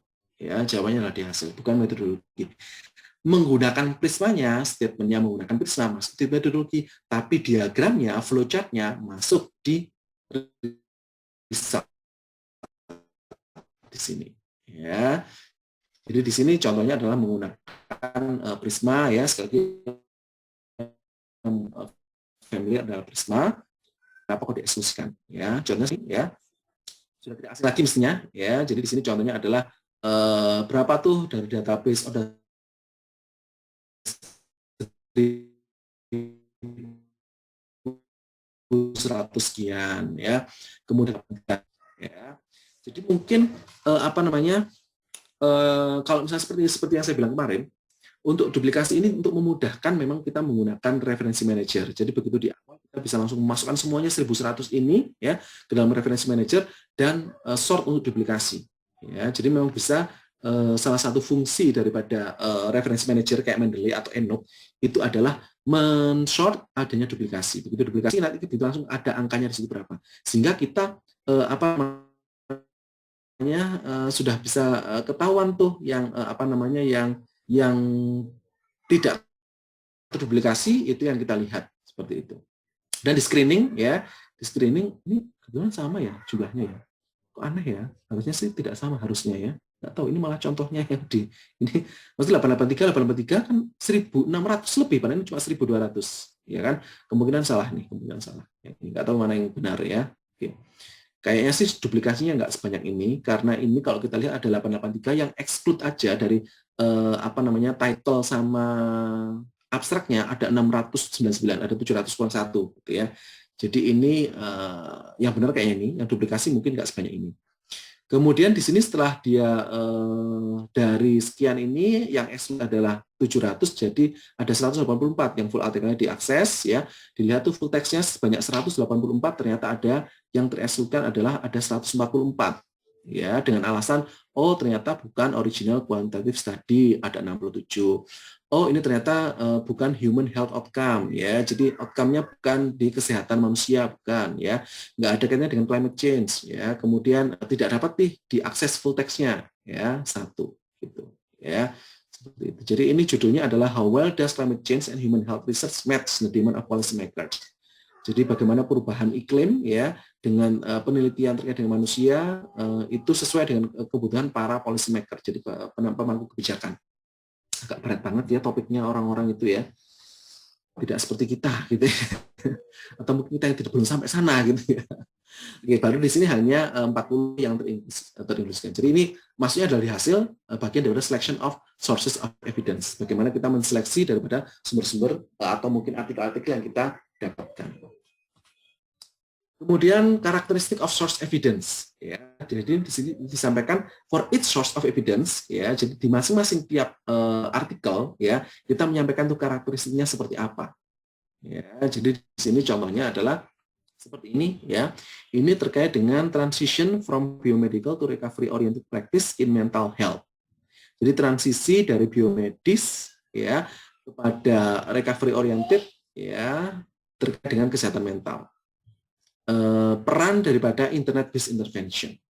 Jadi intervensi yang berbasis dengan internet. Di sini dia setelah dapat beberapa artikel dan sebagainya, ya. Kemudian the module of a recovery intervention are described in table 2. Together it is of aim. Jadi ada tabelnya di sini, ya. Kemudian menyampaikan tujuan, kemudian target grupnya siapa, setting intervensi seperti apa, gitu, ya. Kemudian the studies place of origins, ya, jadi negara mana, tujuannya apa, desain, metodologi dan sebagainya. Nah, itu disampaikan di tabel 3, ya, di study karakteristik. Ya, nah itu kemudian the number of study available per intervention varied from 1 to 6. Ya, jadi disampaikan lah intinya di masing-masing artikel itu isinya tentang apa saja, ya, disampaikan di sini. Deskripsi seperti ini. Kemudian di sini ada critical appraisal within source of evidence. Jadi di sini antara yang ini critical source of evidence dengan critical appraisalnya, ya, bisa jadi satu juga, ya. Jadi di sini disampaikan di tabel berapa, tabelnya munculnya di sini, ya. Kalau misalnya di sini informasinya, ya, adalah seperti ini, ya. Jadi pengarangnya siapa, tahun berapa, kemudian proyek desain nggak jelas gitu ya, duplicate extraction comprehensive search-nya, ya, grade literatur, ya atau tidak, ya, include SQL list dan sebagainya. Nah, ini masuk di sini. Ya. Ini jika dilakukan, ya, jika dilakukan kalau misalnya ada appraisalnya terkait dengan masing-masing sumbernya, ya. Oke. Ini tidak wajib, ya, tidak wajib. Sekali kalau ketika appraisal di sini itu untuk yang systematic review iya, cuma untuk scoping review tidak, ya, tidak wajib maksudnya, ya. Kemudian ada result of individual source of evidence, ya. Jadi di sini masing-masingnya, ya, disampaikan, ya, masing-masing disampaikan, ya, seperti ini. Ya, yang ini mungkin yang sering dilihat, ya. Jadi ini poin-poinnya pun juga macam-macam, ya. Jadi tidak harus hanya 4 ini, sometimes ada jumlah populasi, jumlah sampelnya berapa, kemudian sometimes ada tahun, ya, walaupun di sini sudah ada referensi dan sebagainya gitu, ya, itu ada juga, tapi tidak selalu seperti ini, ya, lebih fleksibel, ya, lebih fleksibel terkait dengan tabel ini, ya, poin-poinnya apa saja. Yang paling sering muncul itu lebih kepada hasil sebetulnya, ya. Jadi di sini hasil pentingnya apa? Nah, itu yang biasanya muncul di sini. Ini itu scoping review yang menilai terkait dengan patient center care, ya, approach di healthcare. Jadi bagaimana tuh sebetulnya pendekatan yang layanan berbasis pasien, gitu ya. Jadi di sini ada informasinya di sini. Kemudian synthesis of the result. Ya, jadi di sini adalah mensintesis, ya. Jadi di sini kita men-summary, ya, jadi kita menyimpulkan, kemudian dari artikel 1 sampai dengan misalnya let's say ada 40 tadi gitu, ya. Dari 40 tersebut itu terus akhirnya kita bisa menyimpulkan seperti apa, kita mensintesis seperti apa. Nah, kita munculkan di sini, ya. Jadi bisa di sini berupa map atau framework, ya, atau dideskripsikan. Ya, atau dideskripsikan. Jadi bisa macam-macam bentuknya, ya. Bisa mapping, bisa framework atau deskriptif. Nah, ini contohnya seperti ini, ya. Jadi ini adalah synthesis of the result, ya. Jadi di sini agak tidak familiar sih saya dengan melihat biasanya deskriptif kalau saya, ya. Kalau saya biasanya adalah deskriptif. Jadi di sini adalah yang tadi, ya, engaging policy maker dan sebagainya tadi, ya. Di sini kalau dia melihatnya, dia istilahnya itu membuat cross tab, ya, bikin cross tab. Jadi dia mengkawin silangkan antara knowledge user roles, engagement method sama engagement method dengan apa nih, conceptual and design search and data collection, ya, kemudian data synthesis sama interpretation, sama knowledge dissemination and application-nya. Jadi suatu contoh di sini ya. Oke, mohon maaf agak blur ya. Nah, di sini contohnya adalah knowledge user role, ya. Jadi di sini terkait dengan knowledge user role ini yang membahas terkait dengan conceptual and design total ada conceptualis and design ini totalnya ada 36 artikel. Gitu. Nah, dari 36 artikel ini yang membahas terkait dengan knowledge user, di mana poin key informant ada 11, prinsipal berapa advisory group dan sebagainya, steering dan sebagainya. Nah, itu ada macam-macam di sini, bisa dikawin silangkan seperti ini. Tapi sekali lagi,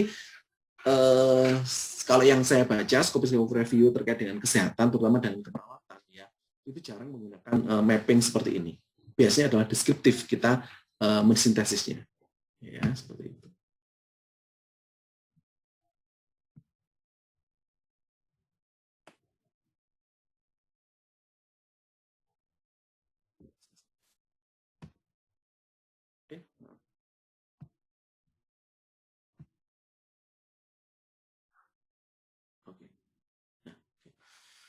Kemudian di pembahasan, ya, di pembahasan apa yang harus kita tuliskan di pembahasan, gitu ya.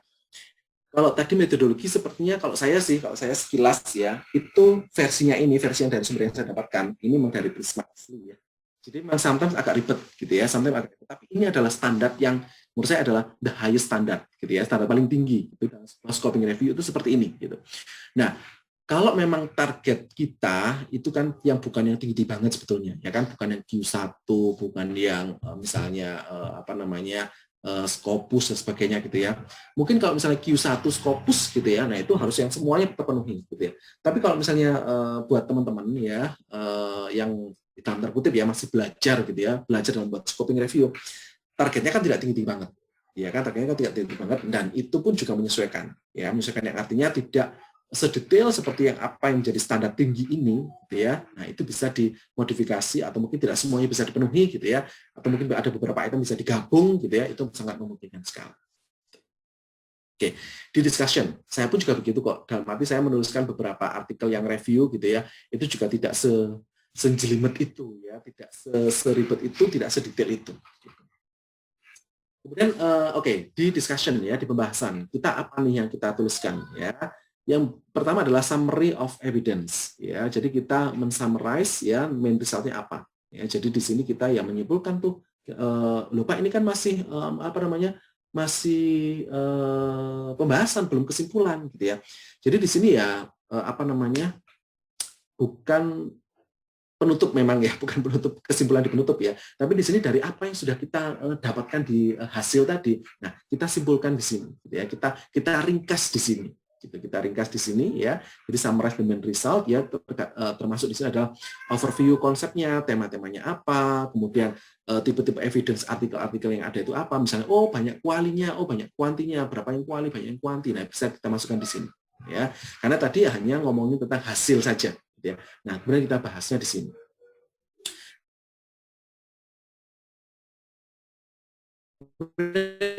Di sini kita linkkan dengan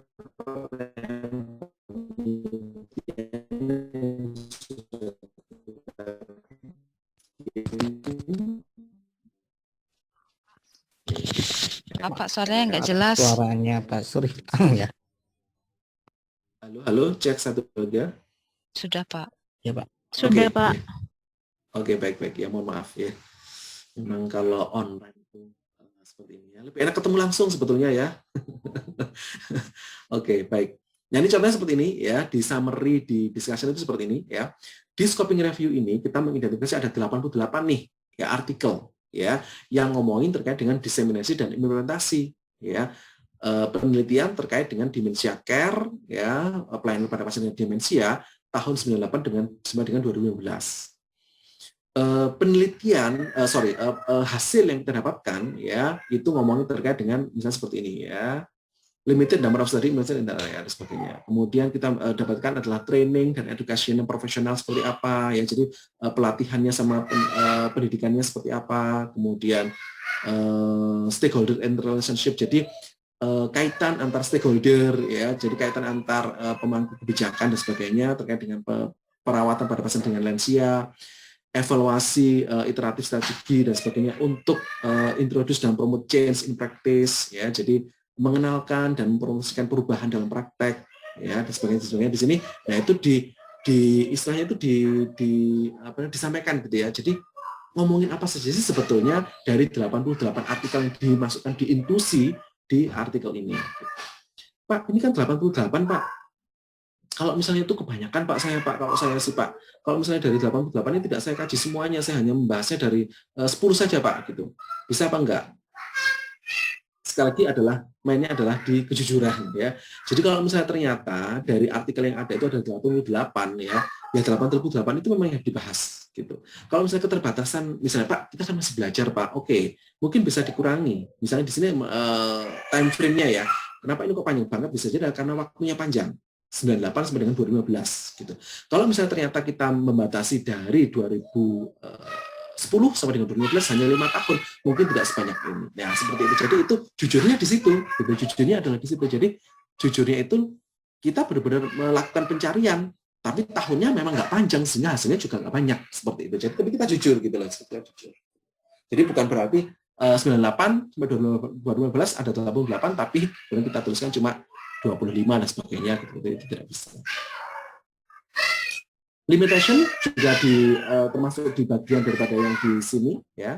Jadi di sini adalah kayaknya, mohon maaf, ini kayaknya salah, ini yang atas ini saya salah. Ini kan summarize the main result ya. Harusnya adalah limitation ya. Saya salah memasukkan di sini ya. Tapi bawahnya benar ya, bawahnya benar. Jadi di sini adalah memberikan keterbatasan ya. Jadi keterbatasannya apa nih di scoping review ini ya. Contohnya di sini ya. Punya beberapa keterbatasan ya. Jadi to make our review more visible, we were only able to include a random sample of rapid review from website of rapid review producer. Jadi di sini dia hanya fokus pada yang random sample saja. Kemudian further adding to this issue is the rapid review. Nah, kemudian juga ada beberapa yang tidak publikasinya tidak tersedia juga seperti itu ya. Jadi di sini tidak bisa digeneralisasi nih terkait dengan hasilnya itu karena hanya didapatkan dari yang publikasinya tersedia saja ya. Kemudian di sini dia terkait dengan waktu juga ya, dia sampaikan bahwasanya ini hanya sampai dengan Mei 2013, yang itu bisa jadi ada merupakan keterbatasan juga. Jadi tidak semua data bisa tercover terkait dengan di sini terkait dengan rapid review method ya, dia bilang ya, scoping review or rapid review method, agak aneh banget ya. Jadi dia bikin scoping review terkait dengan rapid review method, metodologi review yang cepat gitu ya. Aneh ya, scoping review membahas terkait dengan cara mereview yang cepat gitu. Ya pokoknya inilah pokoknya ya. Jadi ada keterbatasannya lah ya di sini terkait dengan mungkin pencariannya, mungkin tahunnya gitu ya. Mungkin ada beberapa yang tidak bisa diakses publikasinya gitu. Karena memang tidak semua artikel itu bisa dipublikasikan. Dalam arti bisa diakses full text-nya gitu ya. Ini apapun gitu ya, secanggih atau mungkin sembayar apapun, sometimes itu ada keterbatasannya gitu. Suatu contoh misalnya kayak di saya di Monash University dulu. Monash itu kurang kaya apa sebetulnya ya, yang artinya dia punya langganan database itu banyak banget, tidak hanya seperti yang di Remote Text QB. Jadi layannya banyak, termasuk tahunnya juga banyak rentangnya, ya kan? Cuma tetap aja ada keterbatasannya. Ya, jadi ada beberapa artikel itu yang saya harus minta bantuan kepada librarian, gitu ya. Jadi ke pustakawan. Di sana kalau misalnya kita tidak tersedia full text-nya gitu ya, kita bisa minta ke perpustakaan online ya, mintanya online maksud saya. Jadi aku butuh artikel ini, dan itu hanya untuk mahasiswa S2 yang ngambil riset sama S3 ya, itu yang bisa punya privilege, punya keuntungan bisa ada layanan seperti itu. Jadi begitu kita cari jurnal kok terbentur, nggak bisa diakses dan sebagainya, full text-nya nggak ada dan sebagainya, kita bisa minta tuh lapor kepada librarian, tolong dong aku cariin artikel ini, ya. Kita bisa request juga artikel kalau yang didapatkan dikirim email atau fisik, ya, online atau fisik. Kalau fisik dikirim kemana, ke Kusankah atau kemana dan sebagainya, itu sudah ada di formulir, itu sudah ada seperti itu. Jadi kita tinggal terima saja, nunggu hasilnya, gitu. Nah, itu secanggih Monash pun ada artikel yang tidak bisa di-download, gitu ya. Fullnya. Nah, apalagi kalau misalnya kita hanya sekelas Brawijaya gitu ya, yang kita atau ranking berapa ya, ranking 600 kali ya dari seluruh dunia ya. Monash itu kan ranking belasan dia. Nah, itu tentunya banyak juga tuh yang tidak bisa diakses full text-nya, dan itu tidak apa-apa ya, adalah hal yang wajar gitu ya. Jadi nanti misalnya tadi yang di mapping di flowchart-nya tadi itu kan ada tuh kalau dari abstrak sama judulnya cocok gitu ya, kemudian kita download full text-nya ternyata nggak cocok, ternyata nggak bisa, kan bisa sebagai alasan juga ya. Jadi alasan memang tidak bisa diakses full text-nya, ada berapa artikel, nah itu bisa muncul di situ, sehingga yang kita akses, yang kita review yang memang hanya tersedia full text-nya. Nah, itu dijadikan sebuah keterbatasan gitu. Kemudian kesimpulan ya, dan akhirnya ya, jadi di sini kalau kesimpulan adalah general interpretation ya, jadi dari hasil kita refleksikan dari tujuan kita seperti apa gitu ya, kemudian termasuk implikasinya seperti apa dan langkahnya harus bagaimana dan sebagainya ya, itu bisa dimasukkan di conclusion di sini ya. Jadi di sini adalah general interpretation. Kalau yang tadi adalah summary of the result, itu mestinya di pembahasan, kemudian kita bahas seperti apa. Ini contoh seperti ini, ya. Jadi ini ngomongin terkait dengan physiotherapy intervention for people with dementia and hip fracture. Jadi intervensi fisioterapi pada individu atau pada orang yang demensia dengan fraktur hip seperti itu. Nah, ini mungkin bisa tuh teman-teman mungkin yang kemarin ya sempat kita diskusikan Pak Setiono ya misalnya, itu bisa tuh misalnya kayak apa namanya judulnya adalah itu tadi, jadi traditional therapy atau traditional intervention gitu ya for people with traumatic injury gitu ya, atau mungkin pada fracture, patient with fracture misalnya seperti itu. Nah, itu bisa.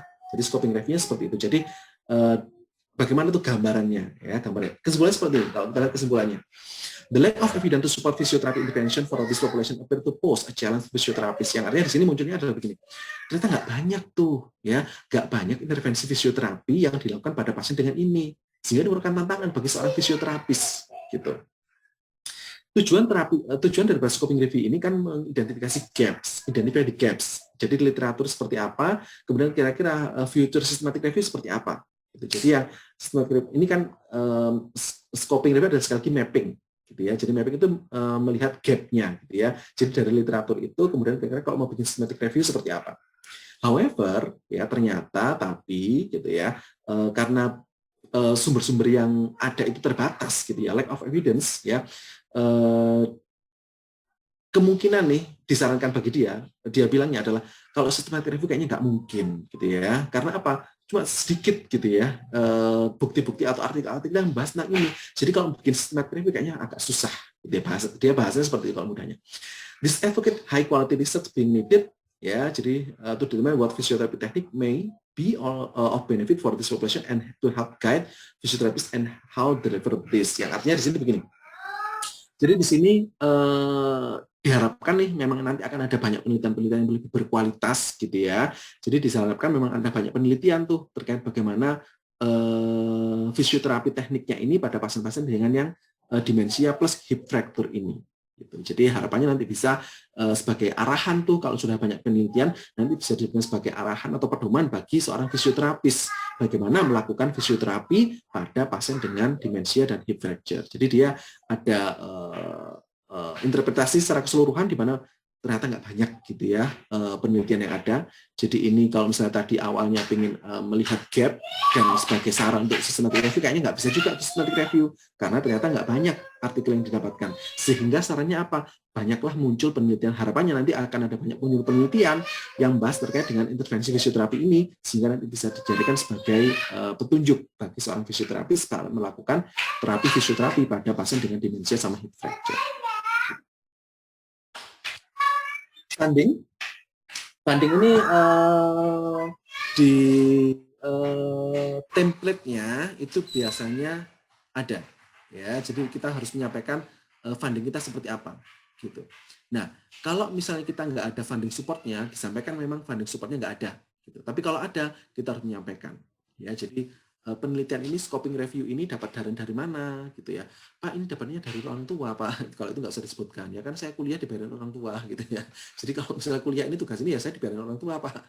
Nggak usah dituliskan ya kalau yang orang tua. Nah, ini contoh seperti ini ya. Misalnya ada sponsor-sponsor gitu ya. Jadi industri sponsor, ada yang non sponsor yang tidak dilaporkan atau public sponsor dan sebagainya muncul di sini ya, dan biasanya ada statementnya gitu ya, jadi ada deskripsinya.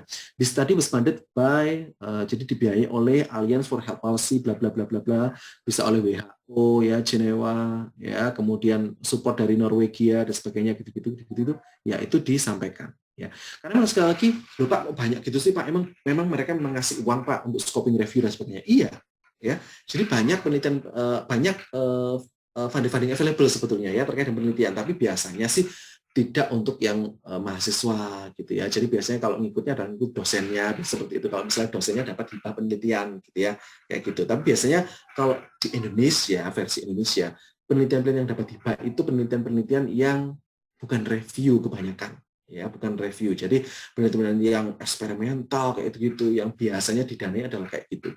Jadi kita yang keperawatan ya, yang sosial-sosial ini biasanya tidak banyak tuh dapat hibah penelitian. Tapi kalau di luar negeri banyak yang sumber-sumber seperti itu. Itu kira-kira yang bisa kita diskusikan ya. Silahkan mungkin ada yang ingin berdiskusi terkait dengan sharing dari apa yang sudah dituliskan, apa yang sudah didapatkan dan sebagainya, silakan. Atau bingung dan sebagainya, silakan. Atau mungkin mau menunjukkan, Pak, ini punya saya seperti ini, Pak. Mungkin ada masukan, Pak, boleh juga. Ya, jadi misalnya sudah menuliskan gitu ya, misalnya hanya sekedar latar belakang kayak atau apa kayak, boleh juga. Ya. Silakan. Ada.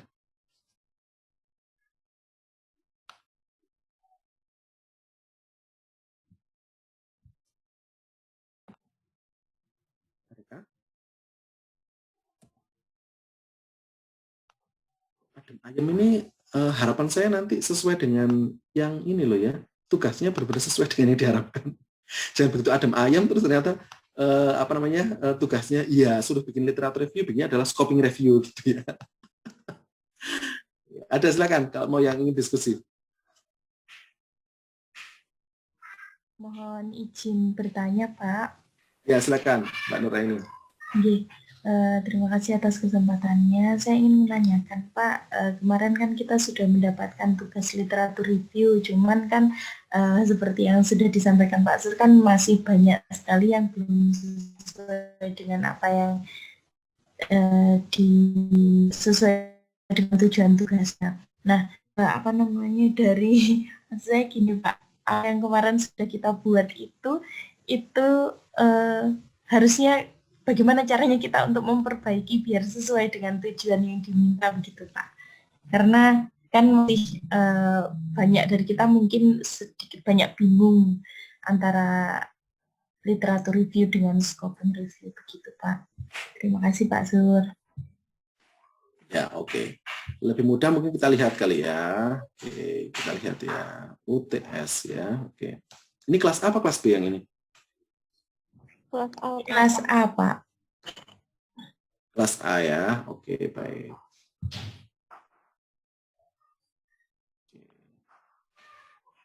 Kita lihat yang ini ya.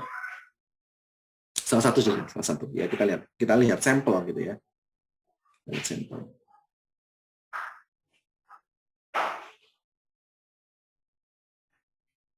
Oke, masih download dulu ya sebentar ya. Punya saya aja nggak apa-apa, Pak. Sambil. Oh ya, boleh. Sambil dikoreksi. Boleh.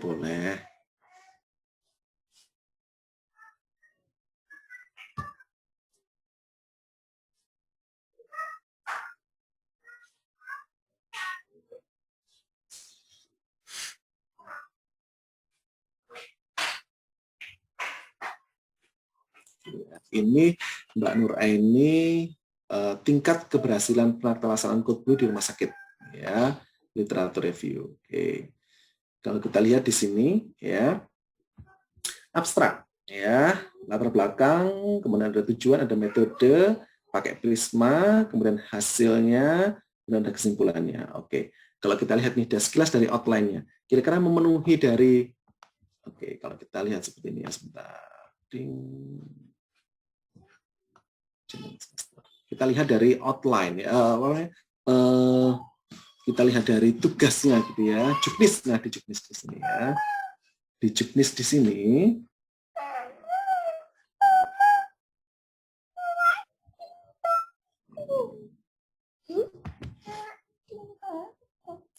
kita bandingkan dengan juknis gitu ya, kita bandingkan dengan juknis. Sebentar ya nak. Anak pintar, anak pintar. Maaf kalau ada backsoundnya yang agak aneh ya.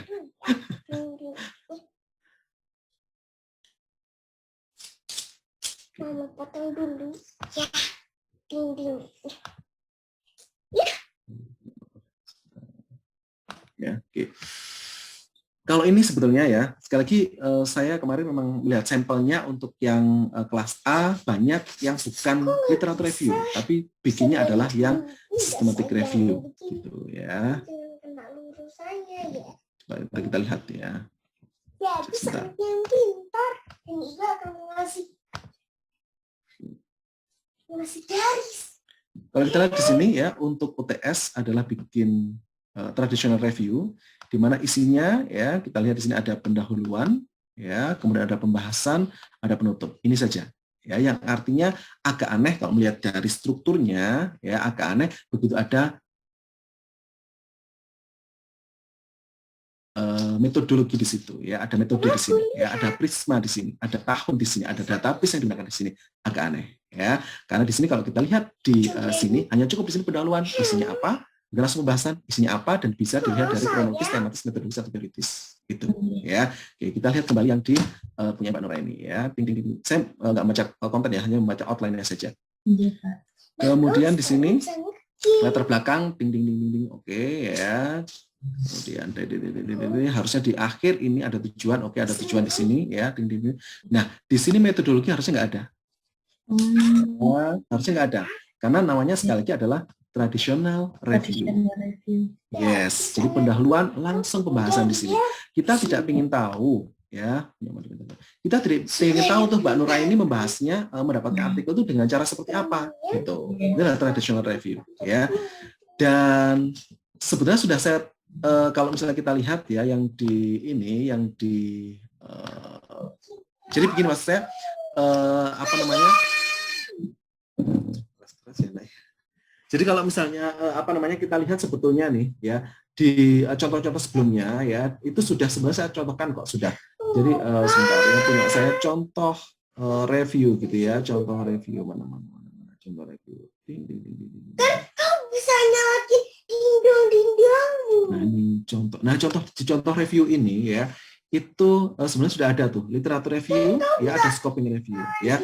Kalau kalau yang contoh yang literatur review ya itu ada di sini, contoh scoping review ada di sini, yang artinya itu bisa dibagikan sebagai pedoman gitu loh ya, pedoman kalau yang tradisional seperti apa sih gitu ya. Dan itu sekali lagi kalau misalnya kita lihat tidak menggunakan ada metodologi ada di situ, jadi habis latar belakang ya langsung di pembahasan di situ, kemudian menutup ya. Ini kita lihat nih ya yang punya saya ya, bagaimana sebuah traditional review ya itu dibikin ya. Oke.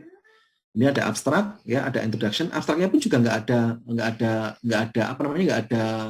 itunya, nggak ada sub-subnya. Tapi ini memang apalagi ini menyesuaikan dengan template sebetulnya ya, misalkan dari jurnalnya. Introduction ya, setelah introduction apakah ada metodologi? Tidak ada gitu ya.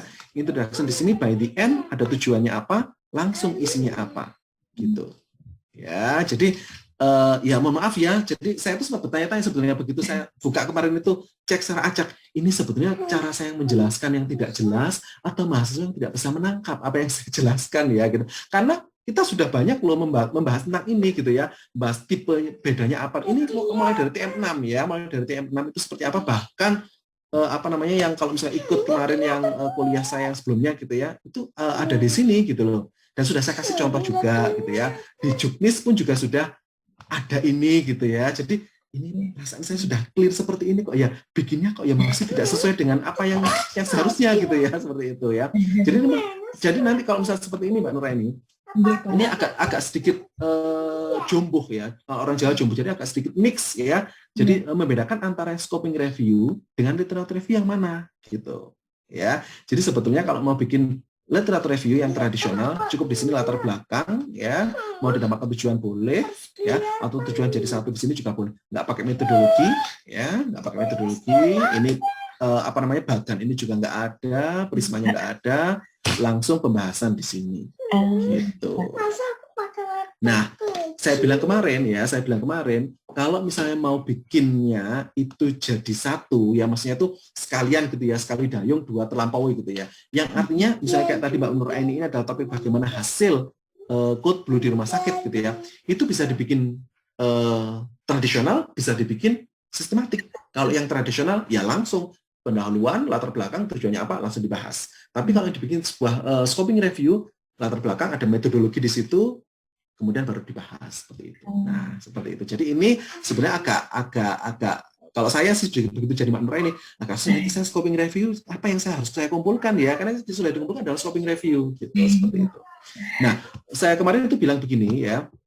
Sebenarnya kalau pembahasan suatu jam seperti ini ya, pembahasan yang ini ya. Oke, pembahasan yang ini. Pembahasan ini sebetulnya antara traditional review dengan scoping review kalau misalnya sama tidak apa-apa.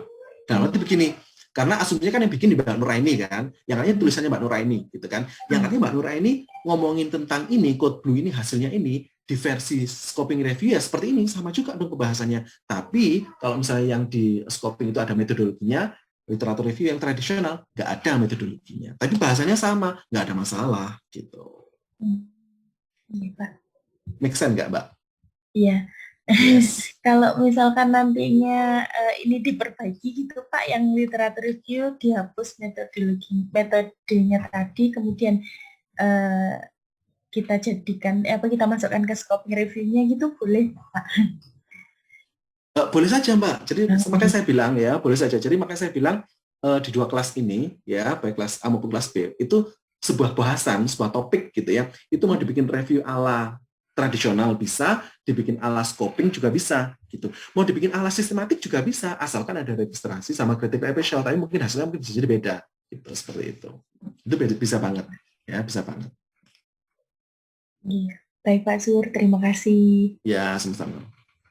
Ada Mbak Rani, silakan Mbak Rani. Mbak Rani Diana Balkis mau bertanya kah? Oke, kalau enggak mungkin Mbak Dwi, silakan Mbak Dwi. Nggih, Pak. Tapi di sini masih adzan. Mungkin Mbak Elok dulu. Oke, silakan.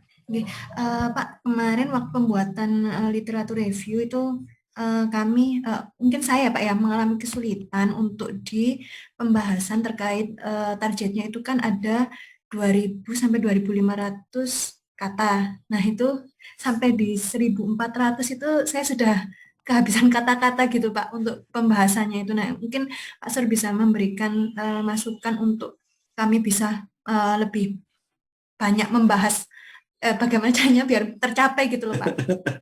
Terima kasih. Ya, jadi ya kalau mau bahasanya banyak, ya sebetulnya adalah kita harus referensinya banyak, gitu ya. Referensinya banyak. Kalau misalnya kita referensi kita terbatas, sebenarnya kita susah, gitu ya, membuat banyak. Kemarin itu saya bikin kata-kata jumlah kata itu sebenarnya adalah kalau misalnya mau mentargetkan seolah-olah gitu ya, kita mau submit ke jurnal gitu. Nah, itu kalau misalnya nanti misalnya ya sekali lagi memang biasanya kalau scoping review lebih banyak. Ya, makanya di sini saya lebih banyakkan. Kalau misalnya nanti ya untuk scoping review untuk yang UAS gitu ya, ternyata kok saya terbatas dan sebagainya, misalnya nggak banyak yang bisa aku dapatkan gitu ya, bisa dituliskan dan sebagainya, tetap proporsinya aja yang main, ya main di proporsi saja ya. Jumlah kata diabaikan nggak masalah. Jadi misalnya kayak sekarang, Pak saya hanya mampu 2.000 Pak, jadi 2.000 itu saya bagi menjadi pendahuluan gitu ya, kemudian yang lain dan sebagainya gitu. Nah, itu yang lainnya tuh Pak saya sedikit saja Pak gitu sebagai. Pokoknya proporsinya pas gitu ya, nggak ada masalah sebetulnya.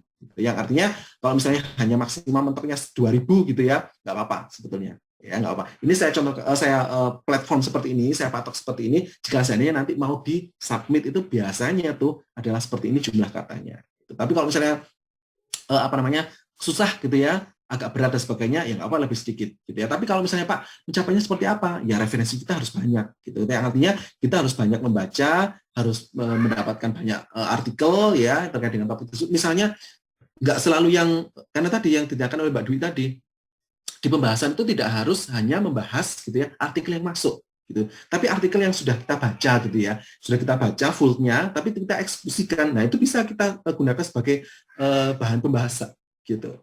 Dan biasanya untuk sebuah review kalau kita masuk ke jurnal itu beberapa kali kakak tingkat itu ya, begitu dia submit review untuk sebagai salah satu syarat lulus, di jurnal-jurnal tertentu itu mereka tidak mau jika seandainya referensinya itu cuma sedikit gitu. Jadi mereka biasanya either sudah dipasang gitu ya di author guideline. Jadi misalnya untuk review minimal misalnya adalah 25 artikel gitu ya. Nah, kita harus bisa mencapai minimal itu gitu. Kalau misalnya nggak disebutkan biasanya karena yang namanya reviewer jurnal itu sometimes kan dia mereview di jurnal A, kadang mereview di jurnal B, kadang di C dan sebagainya. Sometimes dia agak mix mungkin otaknya ya, jadi walaupun tidak disebutkan di author guidelines ya, tapi in general yang namanya review itu minimal 25 artikel. Jadi walaupun di author guideline nggak ada, tapi begitu dia respon, komennya adalah minimal 25 artikel referensinya, maka kamu harus kamu tambahkan nih, tuh, seperti itu. Itu kira-kira gambarannya Mbak Dwi. Jadi artikel yang di-exclude itu bisa dimasukkan di pembahasan. Dalam arti adalah item-item walaupun mungkin sebenarnya begini karena mereka kan mainnya itu kan adalah jumlah kata referensi gitu ya, yang artinya di latar belakang kita bisa ngambil dari yang non kita masukkan gitu ya, jadi ada banyak sudah di latar belakang itu yang di luar yang kita masukkan yang included gitu ya, di pembahasan juga begitu dan sebagainya gitu. Jadi ada item-item yang bisa kita tambahkan di situ dan sometimes juga begitu kita pembahasan kita kurang dalam gitu ya. Nah, itu juga nanti pasti mereka komen gitu ya. Jadi kurang dalam pembahasannya harus ditambahkan yang literatur yang terbaru atau apa gitu-gitu. Nah, itu biasanya bisa menambahkan jumlah kata seperti itu. Itu kira-kira gambarannya, Mbak. Terima kasih, Pak. Oke, sama-sama. Mbak Rani, sudah adanya? Atau belum? Atau mungkin yang lain boleh juga. Sampun Pak, sudah selesai adanya. Ya, silakan. Gimana Mbak Rani? Oke, mohon izin Pak. Karena ada target dari kita nantinya untuk publikasi, ngapunten Pak Sur. Ini kita untuk publikasinya mau kemana, ke siapa? Itu apakah ada bantuan dari PA atau pripun Pak? Iya. Jadi untuk publikasi itu nanti kalau misalnya memang mau digunakan, ini kan kita nyicil gitu ya, harapannya nanti mulai dari semester 1 ini sudah punya cicilan, sudah punya tabungan gitu ya, sudah punya tabungan jika nanti hasil dari output dari mata kuliah ini nanti bisa sebagai modal awal ya untuk tinggal nanti ketemu dengan pembimbing Mbak ya, nanti ketemu dengan pembimbing nanti semester berikutnya. Kalau sekarang sih bisa dengan PA ya, jadi kalau yang untuk mata kuliah ini bisa kontak dengan PA kira-kira seperti apa topiknya, kira-kira researchable atau enggak, layak dilakukan penelitian atau enggak, dan kalau misalnya bikin scoping review seperti ini gimana menurut pendapatnya beliau dan sebagainya, boleh didiskusikan dengan PA. Tapi sekali lagi untuk yang semester ini mata kuliah ini targetnya hanya berupa dokumen saja, belum publikasi gitu. Nah, pada saat publikasi nanti adalah bagian dari tesis gitu. Nah, publikasi itu nanti akan ketemu dengan pembimbingnya masing-masing. Nah, nanti akan dibantu dengan pembimbingnya saran-sarannya publikasi kemana dan sebagainya gitu-gitu. Termasuk yang utama itu adalah publikasi yang seperti apakah yang bisa digunakan sebagai syarat lulus itu yang penting ya, dan itu bisa jadi tiap tahun berubah Mbak, jadi tergantung peraturan rektor ya. Jadi peraturan rektor itu apakah cukup dengan misalnya Sinta 2, harus yang misalnya internasional yang terakreditasi, misalnya harus Scopus gitu-gitu ya, itu harus diupdate dengan bagian akademik ya, Bu Leli untuk saat ini ya. Jadi nanti pada saat sudah mau submit gitu ya, sudah ketemu dengan pembimbing, kemudian disampaikan untuk kepada pembimbingnya, Bu atau Pak, pada saat semester 1 saya ada mata kuliah PBB di mana salah satu tugasnya adalah bikin scoping review saya tentang ini, kira-kira gimana Pak? Biar saya misalnya untuk terkait dengan topiknya dulu ya. Jadi saya harap sih topiknya nggak jauh-jauh dari apa scoping review yang saya bikin gitu. Jadi biar scoping review ini bisa digunakan untuk publikasi, misalnya seperti itu. Nah, kalau sudah seperti itu, pembimbing sudah oke, mungkin nanti akan dilihat juga dengan pembimbing, nanti ada masukan dan sebagainya, oke, disarankanlah, oke Mbak, coba disubmit ke jurnal A, misalnya seperti itu. Tapi sekali lagi, di-match-kan dengan requirement atau kebutuhan sebagai syarat lulus itu tadi. Gitu. Seperti itu. Nanti dibantu oleh pembimbing, kalau sudah nanti di semester 2 nanti ketemu pembimbing. Gitu. Matur nuwun, Pak. Ya, sama-sama. Ada lagi, teman-teman, yang lain?